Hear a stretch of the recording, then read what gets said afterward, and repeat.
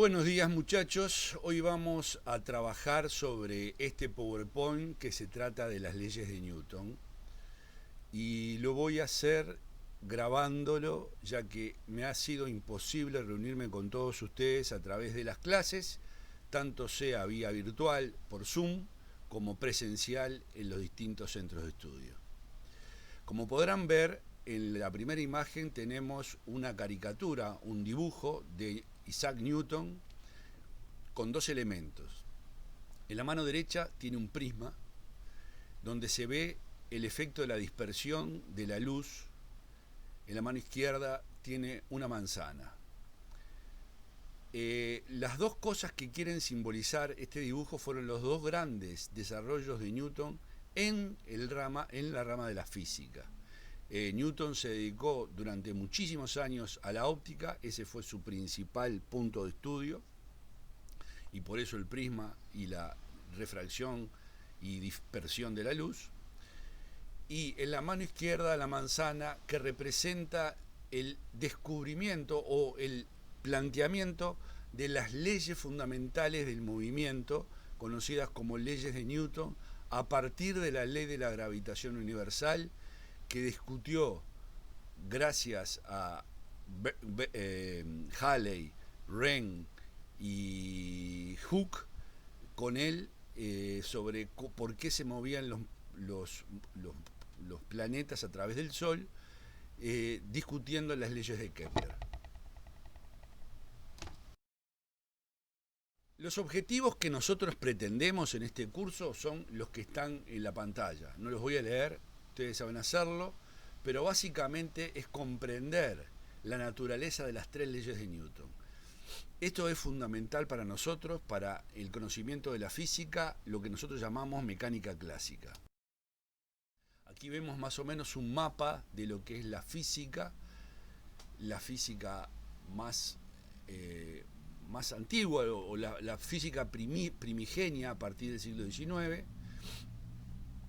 A partir del finales del siglo XIX, principios del siglo XX, aparecen la mecánica cuántica y la mecánica relativista. Pero dentro de la mecánica nosotros nos vamos a preocupar de la mecánica clásica. Este es un reseño muy cortito de Sir Isaac Newton. En clase lo hablaremos y si no, es interesante buscarlo a través de alguna de las tantas informaciones que encontramos en la red. Los conceptos previos que nosotros necesitamos para trabajar en física y a partir de las leyes de Newton son el concepto de masa como cantidad de materia. Aquí vemos la medida de la masa a partir de 1789, de la Revolución Francesa, se determina el kilogramo patrón como una aleación, como un bloque, ese cilindro que ustedes ven en la figura, que es una aleación de platino e iridio, materiales que lo hacen extremadamente estable y sólido. Esto ha cambiado a partir del 2018 con este video que ustedes van a ver. Si les interesa, es fácil visualizarlo, pero ahora la determinación de la masa se hace en función de constantes universales, de la constante de Planck. El 16 de noviembre de 2018, representantes de casi 60 países se reunieron en Francia para votar sobre el cambio de la definición de kilogramo. No solo eso, también votaron por el cambio de las unidades fundamentales de temperatura, el Kelvin, la unidad de cantidad de sustancia, el mol, y la unidad de corriente eléctrica, el ampere. Esas son 4 de las 7 unidades del sistema internacional en un día. Y después de eso, todas estas unidades están basadas en constantes fundamentales de la naturaleza y no en artefactos físicos. El kilogramo era la última unidad del sistema internacional que se definía con un objeto físico. Desde 1979 se ha definido el kilogramo a partir de la masa exacta de un cilindro único de metal guardado en París. Fue cambiado una vez en 1889, pero este prototipo internacional del kilogramo, o la gran K, como le dicen, tiene algunos problemas. Al pesarlo con cilindros que son en teoría idénticos, los científicos han encontrado que esas masas presentan diferencias, es decir, no parecen mantener sus masas. Además, es realmente muy difícil el acceso a la gran K, y hace que utilizar esta definición sea muy difícil. Entonces, ¿cómo se puede crear una masa estándar que nunca cambie y que además esté disponible para todos en todos lados? Una solución es establecer la constante de Planck para conseguir un valor exacto. Bien, sé que suena extraño, pero piensa en esto. Lo que digo es que la constante de Planck es conocida por relacionar la frecuencia de una materia fotónica de luz a su energía. Pero también sabemos que la energía y la masa están relacionadas a través de E igual a mc cuadrado. Entonces espero que puedan ver cómo la constante de Planck se relaciona con la masa. Ahora, el problema que se presenta mientras grabo este video es que la constante de Planck tiene cierta incertidumbre. Sabemos el valor de la constante de Planck hasta un gran número de posiciones decimales, pero esos últimos dígitos son la incertidumbre. Lo que es cierto es que la masa del cilindro de platino e iridio guardado en una bóveda en un sótano en París es exactamente 1 kilogramo. No tiene incertidumbre. Entonces la solución es dar vuelta el asunto. Establecemos que la constante de Planck tenga un valor exacto y que el cilindro en París deje de representar 1 kilogramo exactamente. Me refiero a que será 1 kilogramo, pero no exactamente. Lo que ahora es exacto es la constante de Planck, que determina cuán grande es el kilogramo. Pero si vamos a establecer el valor de la constante de Planck, entonces hagámoslo bien para que sea coherente con todas las otras mediciones actuales y todas las masas que existen en el mundo. Y hasta ahora, en los últimos años, los científicos en el mundo han utilizado múltiples y diferentes técnicas para intentar medir la constante de Planck tan precisamente como les es posible. Uno de los métodos más importantes utilizados es la balanza de Keeble, donde básicamente equilibran el peso de 1 kilogramo con la fuerza de un electroimán. Si quieren conocer más detalles sobre esto, pronto podrán ver un video sobre este tema. Los científicos además crearon lo que se podría explicar como el objeto más redondo del mundo, hecho de un tipo de átomos de silicio. Estos métodos son complementarios porque ahora son capaces de comparar todos sus diferentes descubrimientos, desde física y hasta el método químico de la constante de Avogadro, y determinar cuál sería la constante de Planck. Entonces, después de la votación, la definición de la constante de Planck es exactamente este número. La constante ahora es fija, y el cilindro que está en París ya no es más exactamente 1 kilogramo. Pero no podemos redefinir el kilogramo en forma aislada, porque otras unidades del sistema internacional dependen de eso. Veamos el mol, por ejemplo. Actualmente el mol se define por la cantidad de sustancia que contiene el mismo número de partículas, como existen átomos en 12 gramos de carbono 12. Esa es la constante de Avogadro. Y depende de esos 12 gramos, que a su vez dependen de lo que sea el kilogramo. Así que otra vez la constante de Avogadro actualmente tiene incertidumbre. Pero luego de la votación, el plan es que la constante de Avogadro sea fija y tenga este número exacto, de manera tal que sea internamente coherente con la nueva definición de la constante de Planck. Existe una relación directa entre la constante de Avogadro y la de Planck. De la misma manera, el ampere no dependerá del kilogramo, y en cambio estará definido basándose en el nuevo valor fijo de la carga de un electrón. Y el Kelvin se basará en la nueva constante fija de Boltzmann, que relaciona la temperatura de un gas al promedio de la energía cinética de las moléculas, y esto nos dará un valor exacto sin incertidumbre.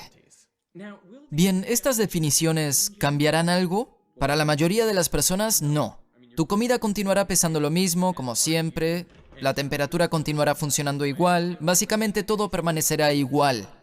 Y así es como debería ser. El objetivo de este cambio en la definición no es alterar las cosas, sino mantener las cosas constantes y confiables para siempre. Solo estamos eliminando la dependencia con un objeto físico, que teóricamente hace posible que cualquiera en cualquier lugar pueda hacer mediciones increíblemente precisas. Bien, debo mencionar que el volt sí ha cambiado, pero solo en una parte en 10 millones. Y la resistencia también, pero solo un poco menos que eso. Y eso es porque en 1990 los metrólogos eléctricos decidieron dejar de actualizar el valor de la constante de Planck y mantener el que tenían en 1990, y eso tenía un beneficio, no necesitaban actualizar sus definiciones o sus instrumentos. Ahora que se dieron cuenta que la constante de Planck es diferente a lo que era en 1990, debido a las mejoras técnicas de medición, los metrólogos eléctricos deberán cambiarlas. Pero eso es un pequeño cambio para muy pocas personas, así que creo que estará bien. Saben, estuve intentando responder esta pregunta. ¿Por qué estoy tan interesado en este tema? Ya hice 4 videos. Y la razón es... Saben, para mí el mundo y el universo son un lugar complicado y grande. Y cuando somos capaces de asignarle números, es como que estamos brindando algo de orden a todo el caos del universo y eso nos hace comprender cómo funcionan las cosas. Las mediciones son los cimientos de la ciencia, nos permiten hacer observaciones. Creo que no es casualidad que Kepler haya sido capaz de descubrir qué pasaba con los planetas. Se estaban moviendo en órbitas elípticas cuando Tycho Brahe pudo hacer las mediciones más precisas que nadie haya hecho nunca. Creo que no es coincidencia, e incluso si analizamos el descubrimiento del bosón de Higgs en CERN o la detección de ondas gravitacionales, creo que son, en mi opinión, cúspides del logro humano. Creo que el orden a gran escala es mayor a los logros que hemos hecho en literatura, arte y moda. Y no quiero hablar mal de esas disciplinas, sé que son difíciles, no estoy diciendo que los científicos sean más inteligentes, pero las herramientas con las que trabajan los científicos y el sistema en el cual trabajan les permite hacer esos grandes saltos, porque la ciencia se construye a sí misma y va creciendo de manera exponencial. Y eso es para mí muy importante, porque nos permite tomar nuestras mediciones y llevarlas al próximo nivel. Hoy ya no estamos atados a objetos físicos. Hasta ahora estuvimos haciendo una versión glorificada de Indiana Jones. Ahora estamos dando el próximo paso hacia la abstracción para que nuestras unidades se basen en la forma en la que el universo funciona. Ya no estamos atados a objetos físicos.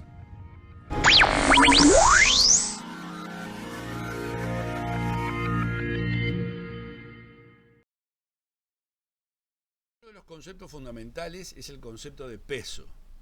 El peso es la fuerza que la masa realiza, o mejor dicho, es la fuerza que debido a la atracción gravitatoria, la masa siente que se realiza sobre ella. El peso va dirigido siempre hacia en forma vertical y el sentido del peso es hacia el centro de la Tierra. La aceleración de la gravedad que cumple las leyes de Newton, es decir, el peso es igual, vamos a ver más adelante, que es el producto de la masa por una aceleración. La aceleración de la gravedad vale 9,8 metros por segundo al cuadrado. Nosotros normalmente la usamos en nuestros cálculos de 10 para facilitar la operativa. El concepto fundamental, que ya lo hemos hablado bastante cuando vimos fuerzas principales, es el de fuerza. La fuerza es un vector, el vector requiere tener dirección. En el caso de la chica ven que está empujando hacia la derecha, horizontal hacia la derecha, es decir, tenemos dirección horizontal, sentido hacia la derecha. Y el módulo es el número que representa la cantidad de newtons que es lo que la muchacha está aplicando. Como pueden ver en el piso aparece una segunda fuerza, que es la fuerza de rozamiento, que tiene la misma dirección pero el sentido contrario a la fuerza que está aplicando la chica. Otro concepto que necesitamos sí o sí es la de la aceleración. La aceleración es la variación de la velocidad por unidad de tiempo. Como pueden ver en el dibujo, como la velocidad varía segundo a segundo, también varía la distancia recorrida. Y ahí se ve que en distintos segundos la pelotita cada vez recorre una mayor distancia entre un punto y el otro. Por último, el concepto que precisamos es el de inercia, que justamente así se llama la primera ley de Newton, o denominamos el primer principio de Newton, que es el principio de inercia o ley de inercia. ¿La inercia qué sería? La inercia sería la tendencia que tiene una masa a quedarse, a mantener su estado. Es decir, si la masa está quieta, quiere permanecer quieta. Yo siempre esto lo pongo en broma en la clase diciéndole, la inercia es lo que sentimos todas las mañanas cuando nos despierta el despertador y nosotros queremos quedarnos quietos en la cama, tapaditos, sobre todo si hace frío. Es decir, queremos mantener nuestro estado. Si estamos en reposo, mantenemos el estado de reposo.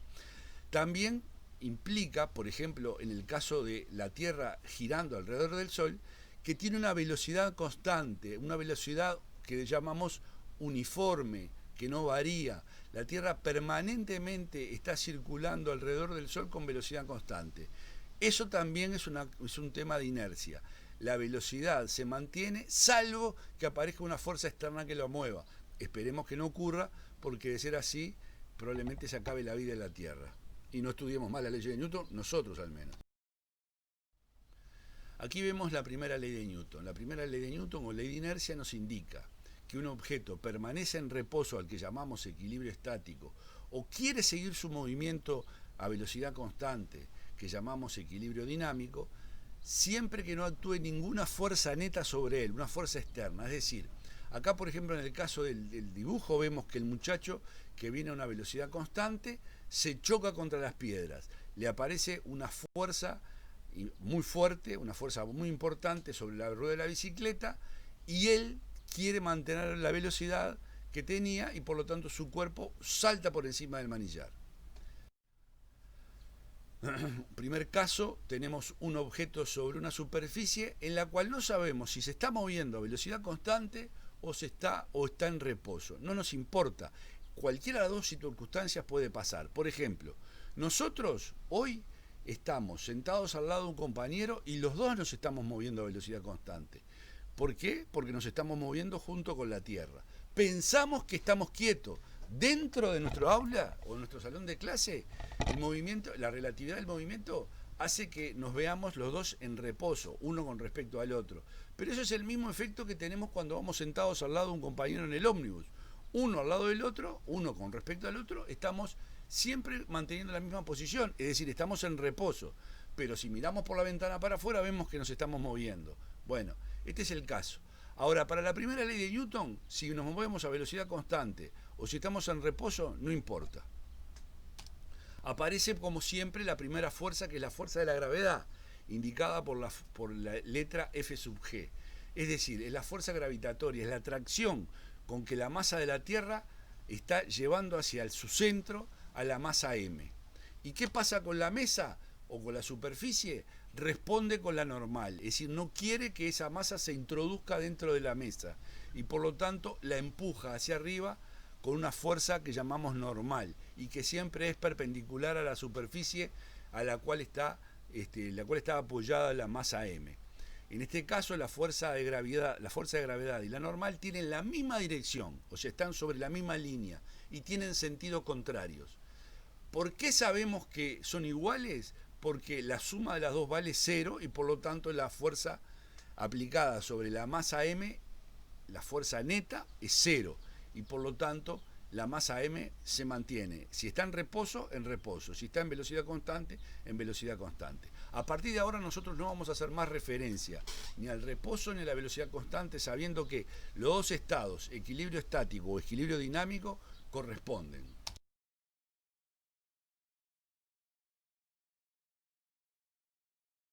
Primera ley. El segundo caso, si yo a la masa M le aplico una fuerza hacia la derecha que voy a llamar FA y quiero que quede en reposo, tengo que aplicar con la misma dirección y sentido contrario y un módulo exactamente igual, pero como tiene sentido contrario le ponemos el signo de menos, una fuerza exactamente igual a la FA. La suma de las cuatro fuerzas ahora también sigue valiendo 0 y por lo tanto seguimos en equilibrio. Empujo y vemos que la fuerza FA ahora está hacia la derecha y mantenemos el mismo criterio de que las fuerzas que van hacia la izquierda tienen el signo negativo, tenemos que aplicar una fuerza del mismo módulo, con la misma dirección y con sentido contrario, es decir, si la anterior era menos FA, sentido izquierda, esta es más FA, sentido derecha. La suma de las cuatro fuerzas sigue valiendo 0 y por lo tanto se sigue cumpliendo la condición de equilibrio. La segunda ley de Newton nos indica, se representa a través de la manzana que le cae la cabeza a Newton. ¿Y qué quiere decir esta ley? Mire lo que dice. Si una fuerza neta actúa sobre un objeto de masa m, la fuerza causará una aceleración en la misma dirección de la fuerza. Es decir, si la manzana se cae y le golpea la cabeza a Newton, la fuerza que le va a aplicar va a depender, por un lado, de la masa de la manzana y por otro lado, de la aceleración, que en nuestro caso es gravitatoria.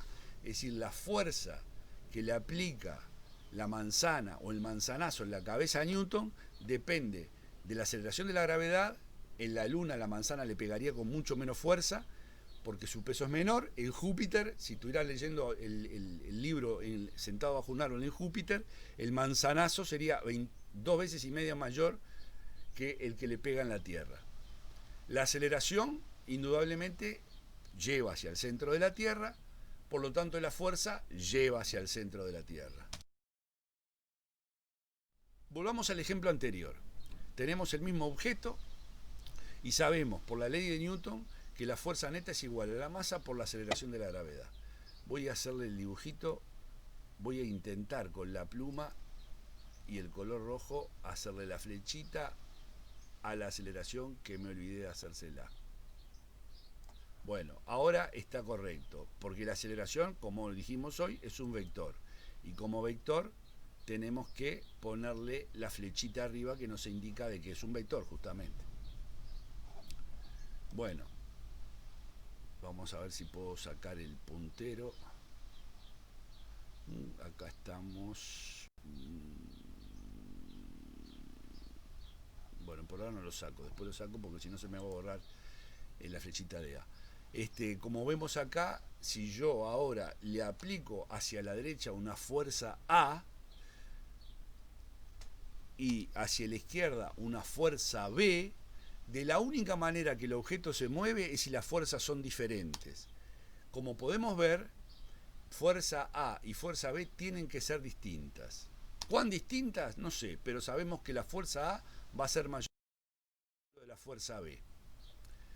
Veamos 3 ejemplos. Yo tengo 3 masas, una de 1 kilo, una de 2 kilos y una de 3 kilos. Imaginemos que la diferencia entre las fuerzas, que a partir de ahora llamaremos fuerza F, la diferencia de las dos fuerzas me dio 5 newton. Es decir, la fuerza neta, la que yo voy a aplicar, vale 5 newton. Por lo tanto, cuando yo aplico esa fuerza neta sobre las 3 masas diferentes, de acuerdo a la ley de Newton, tengo que tener 3 aceleraciones diferentes.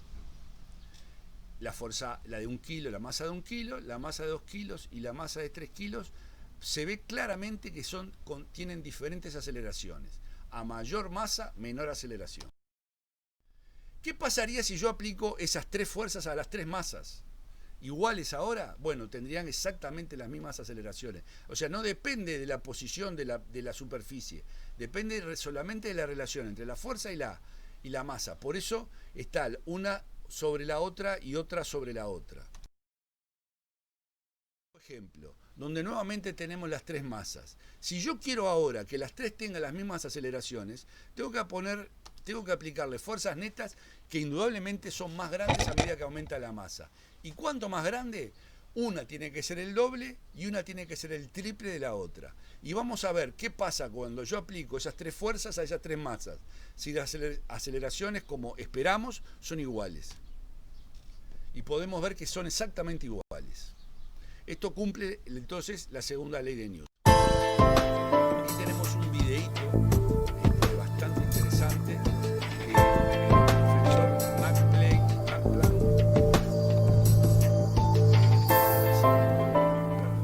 A ver si puedo sacar, denme un minutito.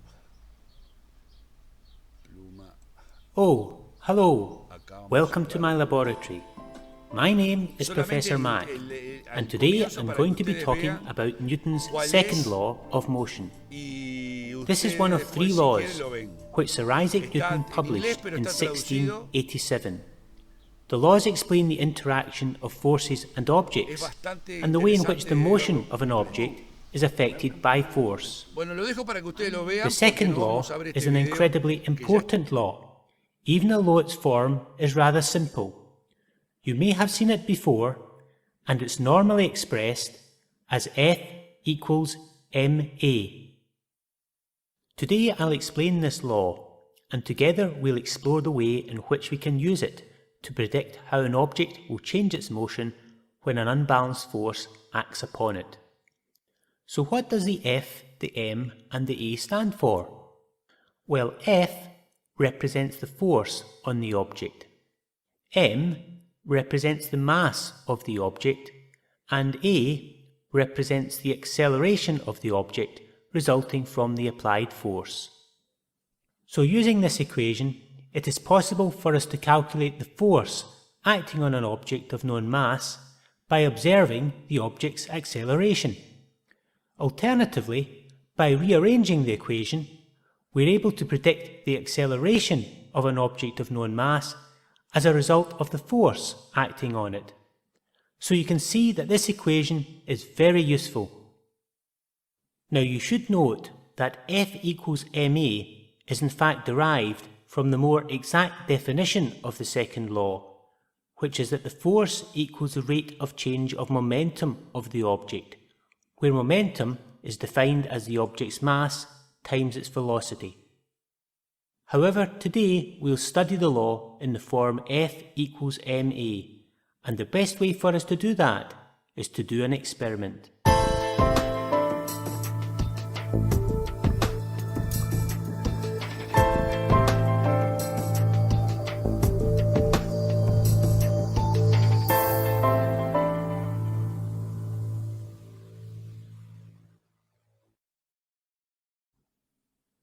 Okay, well, here is our experimental setup.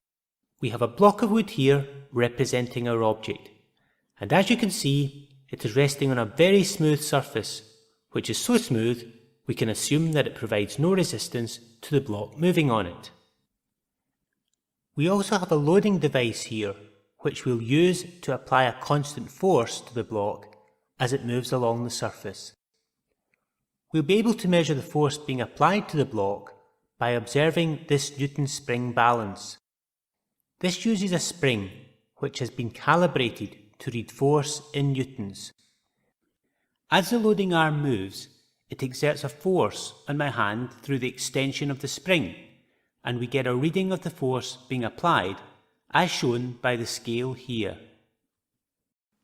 So let's do an experiment to better understand Newton's second law of motion.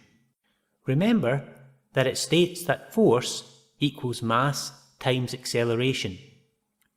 Now, a very important point to note is that the force refers to the sum of the forces on the object in a given direction. For example, let's look at the forces in the vertical direction on this block. We have the gravity force and the force from the table onto the block. These are in balance, and therefore the net force on the block in the vertical direction is 0. So what does F equals ma tell us about the vertical acceleration of the block when the sum of the forces in the vertical direction is 0? Well, let's write down the equation and see. We start with the sum of the forces in the vertical direction equals the mass of the block times the vertical acceleration. That is F equals ma, with the subscript v used to indicate that we are considering the forces and acceleration in the vertical direction. We then rearrange the equation to give the sum of the forces in the vertical direction divided by the mass of the block equals the vertical acceleration. So taking the sum of the vertical forces equal to 0 newtons, with n being used to represent newtons, taking the mass of the block as 5 kilograms, and then using the equation for acceleration, we see that this gives 0 newtons divided by the mass of 5 kilograms, which equals the vertical acceleration.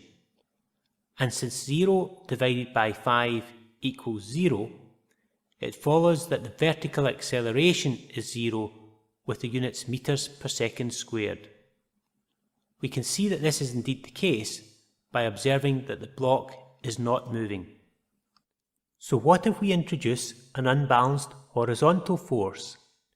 Well, the second law tells us that if we have an unbalanced force, we will observe the object accelerating. So let's do that and see what happens. Well, we're ready to perform the experiment.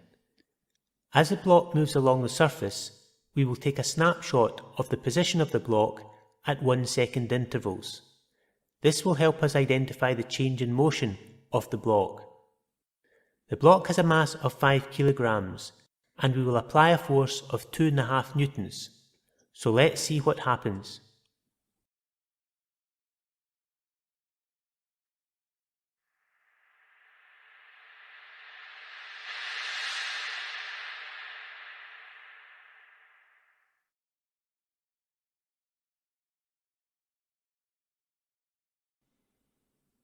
Well, we have the snapshots of the positions of the block at 1 second intervals. You can see that the distance between the snapshots increases. This means that the velocity of the block is increasing, which means that the block is accelerating under the action of the force. We can check the force which was applied by looking at the recording of the Newton balance during the test. It was attached to the block through a magnetic link between the end of the Newton balance and a magnetic insert in the block. Once the test starts, you can see that a force of 2.5 newtons was applied. Remember that the surface here provides no resistance to the motion, so the measured force is the only horizontal force applied to the block and is therefore the unbalanced horizontal force. So what will happen if we apply a force twice as large?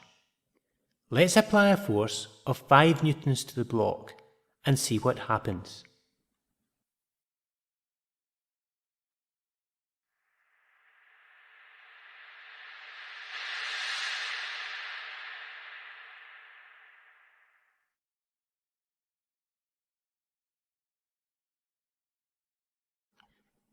Well, looking at the snapshots at 1 second intervals, you can see how the block has moved a further distance for each second under the action of the larger 5 newtons force.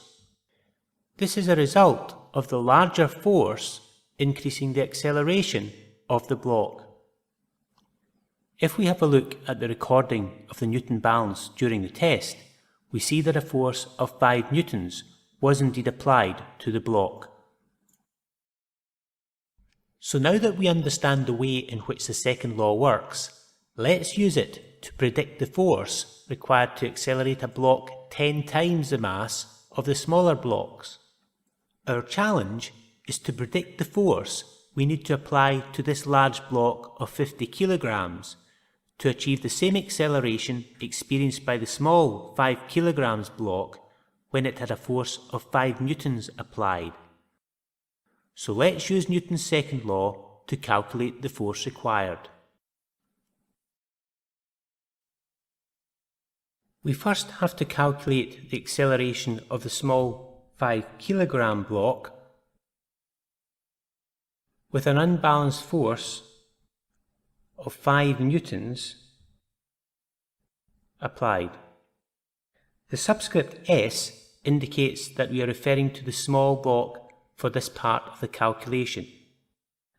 We calculate the acceleration by writing the second law in the form force divided by mass equals acceleration.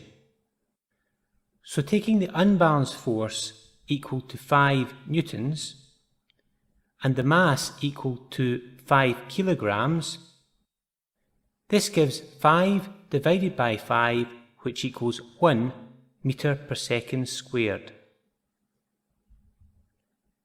To calculate the force required to accelerate the large block at 1 meter per second squared, we use the second law in the form force equals mass times acceleration, where the subscript L indicates that we are referring to the large block for this part of the calculation. So taking the mass of the large block as 50 kilograms and the acceleration the same as the acceleration of the small block, which we calculated as 1 meter per second squared, this gives the force we need to apply to the large block equal to 50 kilograms times 1 meter per second squared, which gives 50 newtons. Now this is interesting, since you can see Newton's second law has told us that for a block with a mass 10 times larger, we need to apply a force 10 times larger to get the same acceleration. In other words, to achieve a given level of acceleration, more force is required to accelerate an object which has more mass. So let's apply a force of 50 newtons to the large block and see what happens. I've lined up the centre of the large block with the centre of the small block at time 0, so that we may observe the relative motion of the blocks by observing the positions of their centre points. So let's run the experiment.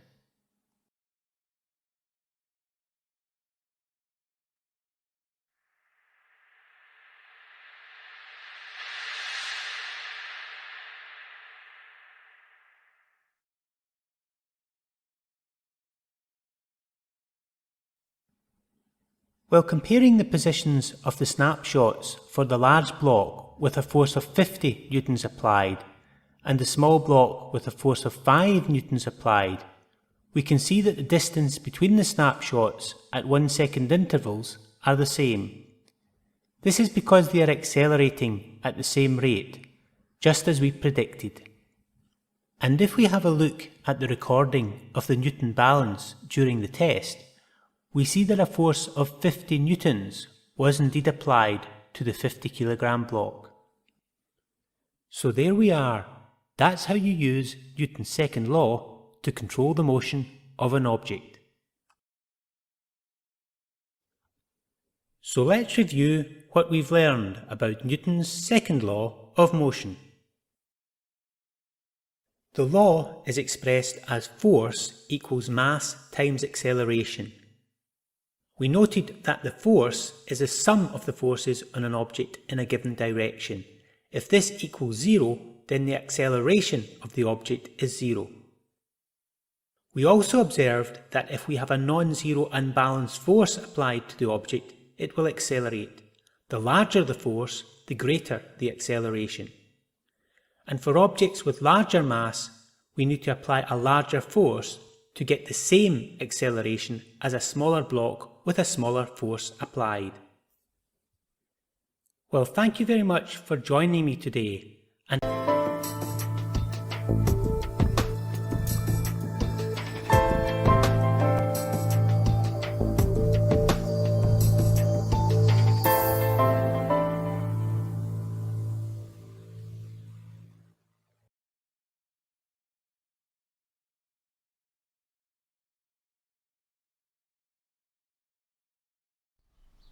No, acá está el puntero, no lo veía, discúlpenme. Miren, el individuo este que estoy marcando yo en rojo, está aplicando la acción, es decir, está tirando de las manos del individuo de pantalón largo, el que voy a hacer con un redondel. Este individuo, el de pantalón corto, está tirando con la acción sobre el hombre de pantalón largo. Y el hombre de pantalón largo está respondiendo con la reacción sobre el hombre de pantalón corto. Las dos fuerzas están en la misma línea, es decir, tienen la misma dirección. ¿Qué característica tienen? Tienen sentido contrario. ¿Qué otra característica tienen? Tienen exactamente el mismo módulo. Es decir, si una es de 10 newton, la otra es de 10 newton. Si una es de 20 newton, la otra es de 20 newton. ¿Y qué otra característica tienen? Y es la más importante de todas. Como podrán ver, una está aplicada sobre un objeto, es decir, sobre un individuo, y la otra está aplicada sobre el otro individuo. Es decir, están envueltas en estos dos círculos que vemos punteados. Cada fuerza está aplicada sobre una masa diferente. Y esto es muy importante para diferenciar las fuerzas de acción y reacción con una que nosotros muchas veces entendemos como, y decimos, es la reacción que hace la mesa, y la entendemos como que la fuerza normal es una fuerza de acción y reacción, y no es así. Las fuerzas de acción y reacción tienen que estar aplicadas sobre dos objetos diferentes. Bueno, vamos a seguir un poquito. Este es el enunciado de la tercera ley de Newton. A toda fuerza de acción corresponde una fuerza de reacción de igual magnitud, pero de sentido contrario.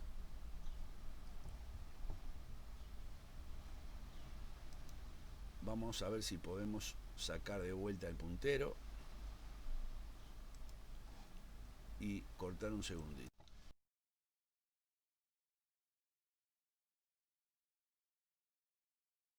Perdón, de la tercera ley de Newton lo que vamos a ver. Esto es muy importante, muchachos, y hay que hacer hincapié sobre estos puntos. Primero, la fuerza de acción y la fuerza de reacción no actúan sobre el mismo cuerpo, es decir, actúan sobre cuerpos diferentes. Segundo punto, se establece entre pares de fuerza, también conocidos como pares de acción y reacción. Tiene que haber, siempre va a haber que hay una acción, una reacción. Hay un par de fuerzas que están actuando. Se establece cuando hay un contacto directo entre dos cuerpos. Las fuerzas son de igual magnitud o medida, ¿no? ¿Verdad? Es el módulo, pero tienen sentido opuesto, no opuesta. Me salió mal la palabra aquí. Voy a ver si lo podemos, acá no lo puedo arreglar ahora, después lo voy a arreglar. Opuesto. Estas fuerzas no se cancelan entre sí, no se anulan. ¿Y por qué no se anulan? Porque están aplicados sobre cuerpos diferentes. Están aplicados sobre cuerpos diferentes. A sobre B, B sobre A. No se anulan. No es como la fuerza normal que se anula con la fuerza peso sobre un cuerpo, porque las dos están aplicadas sobre el mismo cuerpo. Acá están aplicadas sobre cuerpos diferentes. Por ejemplo, yo agarro un perro de una correa y empiezo a tirar el perro. El perro hace fuerza sobre mi mano y yo hago fuerza sobre la mano de él, sobre el cuello de él. Y sin embargo lo arrastro, lo estoy moviendo. ¿Por qué? Porque la fuerza que yo estoy haciendo es mayor que la fuerza de rozamiento que pone el perro contra el piso. Es decir, hay acción y reacción a lo largo de la correa, pero igual le estoy ganando y lo sigo moviendo. Las fuerzas son de la misma magnitud independientemente de los cuerpos que interactúan. Caso ejemplo anterior, yo tengo un perrito de 2 kilos, yo peso 120 kilos, arrastro al perro y los dos nos estamos aplicando la misma fuerza. Bueno, acá está el ejemplo indicado con la fuerza 1 y 2, aplicado el 1 sobre el 2 sobre el 1, con vectores de colores para que lo entiendan bien. Observemos este ejemplo que dice así. En esta frase hay un error y yo quiero saber cuál es el error. Y hay un dibujito donde aparece un hombre en azul empujando un mueble en gris y dice, una persona empuja una caja con una fuerza dada. Esa fuerza se llama acción. La caja a su vez empuja a la persona con una fuerza igual y opuesta. Esa la llamamos reacción. Por lo que ni la caja ni la persona se mueve. Acá está el error. Acá está el error. La acción y reacción son iguales en módulo, tienen sentido contrario, y sin embargo nosotros cuando hacemos eso podemos empujar el mueble que estamos moviendo. ¿Por qué? Porque lo que tiene que ganarle la fuerza de acción es a la fuerza de rozamiento, que no aparece ahí, pero que está entre el piso y el mueble. Si yo estoy haciendo una fuerza de 100 newtons, el ropero me está haciendo una fuerza de 100 newtons a mí, pero si la fuerza de rehosamiento que aparece entre el ropero y el piso es de 80 newtons, yo le gano por 20 newtons y muevo el ropero. Piénsenlo un poquito, muchachos, y cualquier cosa a la... Acá tiene lo importante de que metimos entonces el concepto de fricción y fuerza de rozamiento. Y eso, como ya lo habíamos hablado cuando vimos fuerzas principales, no lo habíamos hablado específicamente de esto, pero sabíamos que existía una fuerza que aparece entre superficies. Y esa fuerza de superficies depende de las características de la superficie. Por ejemplo, del coeficiente de rozamiento entre las superficies y de la fuerza con que la superficie responde a ese cuerpo, y esa fuerza es la fuerza normal. Es decir, la fuerza de rozamiento va a depender siempre de condiciones propias de las superficies y de la fuerza normal. Aquí tenemos la fuerza A aplicada, tenemos la fuerza B, como anteriormente habíamos visto, que A le ganaba a B porque era mayor, y cuando lo quiero mover hay un coeficiente de rozamiento que se llama mu y que me produce una fuerza de rozamiento que al principio es estático, porque hasta que no se mueve es estático, pero una vez que empezó a moverse aparece el rozamiento cinético, y ese rozamiento cinético en griego kinetics se pone con la letra K de kinetics y le ponemos F sub K. Por supuesto que la coeficiente de rozamiento va a depender de qué tipo de superficie tenemos, por ejemplo, madera sobre hormigón, madera sobre hielo, hierro sobre hormigón, etc. Y de la fuerza normal, que es con la que responde la superficie al peso de la caja M. La fuerza de rozamiento cinético, ojo, cuando se está moviendo, en las condiciones que se está moviendo, siempre se calcula por esa fuerza. Fuerza de rozamiento va a ser igual a la normal por el coeficiente de rozamiento cinético. Acá podemos ver bien. Acá tenemos otro ejemplito, otro video donde si nosotros aplicamos la superficie de cualquier cuerpo, se escucha muy despacito, disculpen, me salió mal, pero escúchenlo con detenimiento y ahí va a ser una explicación bien concreta de cómo se produce el rozamiento, cuáles son las causas mecánicas del rozamiento. Como podrán ver, son superficies muy irregulares, con puntos, por más que sea muy pulida, y cuando intentamos moverla aparece ese choque entre valles y montañas. Bueno, ustedes lo ven con tranquilidad y cualquier cosa me preguntan. Es decir, un objeto que se está moviendo o desplazando sobre otro va a generar una fuerza de fricción.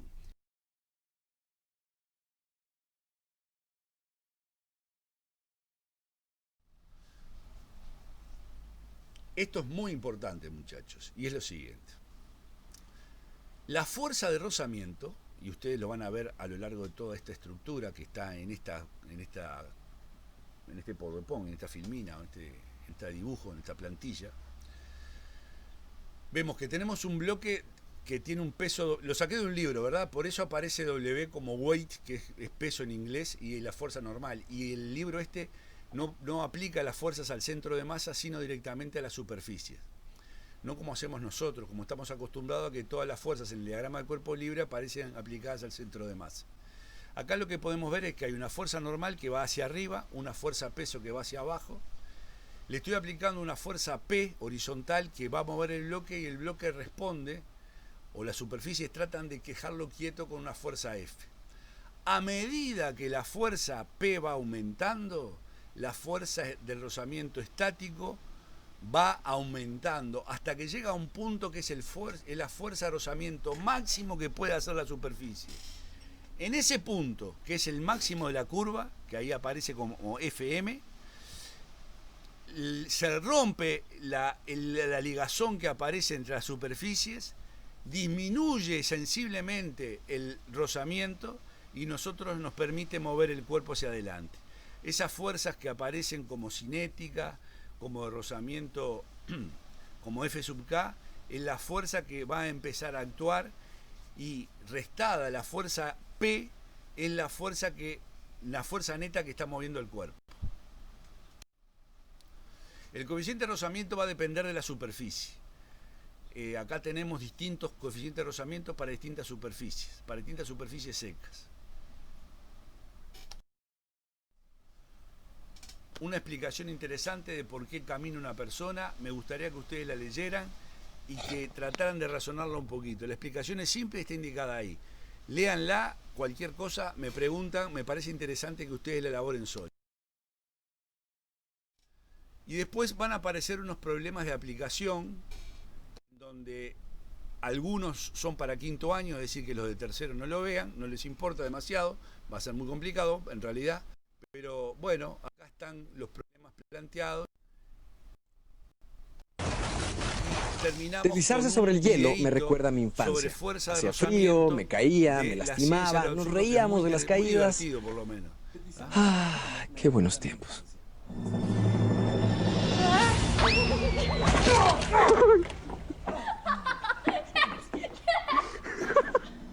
Es posible deslizarnos en el hielo por el bajo coeficiente de fricción entre nuestros pies y el suelo y un centro de gravedad controlado. Pero para no dar un resbalón, aquí va la explicación. Para mantenerte en pie, tu centro de gravedad tiene que estar sobre tu base de apoyo, que en este caso son tus pies. Cuando pisas el hielo y comienzas a deslizarte, te será difícil corregir la posición de tu centro de gravedad porque no hay fricción. Si tratas de recuperar el equilibrio, no debes aplicar fuerza sobre ninguna parte de tus pies, ya que así es más fácil que te resbales y te vayas de sentón contra el hielo. Pararse en un lago congelado se considera una absurda y peligrosa práctica, pero si no me quieres hacer caso, por lo menos trata de mantenerte en equilibrio cuando comiences a deslizarte. Y agáchate. Eso también te puede ayudar. Aquí vamos. Oh, you alright? Este amigo tomó bastante vuelo en la carrera, pero se inclinó hacia atrás al llegar al hielo, por lo que su centro de gravedad quedó demasiado atrás y no hay de otra. Suelo. Mira, hielo. Se antoja deslizarse nada más de verlo. Se me quitaron las ganas. Alright, Matt, don't die here. Muy buen consejo.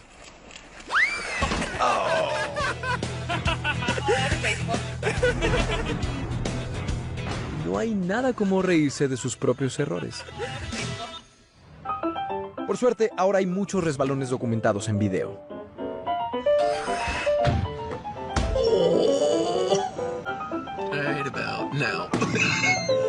¿Estarán llevando a cabo un estudio secreto sobre coeficiente de fricción? ¿O simplemente son raros?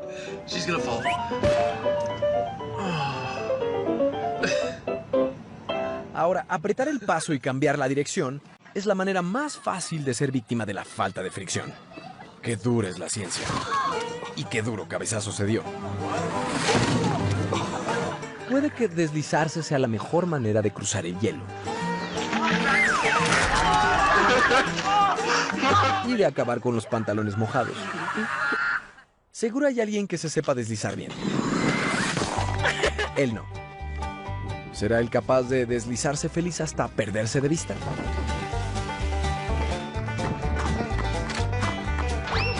Nah. Pierde el equilibrio, trata de recuperarlo, pero con la poca fricción sobre el hielo, llega el azotón. Típico.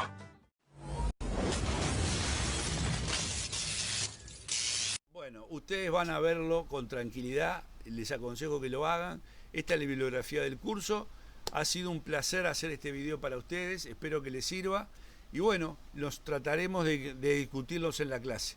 Muchas gracias muchachos y nos estamos viendo.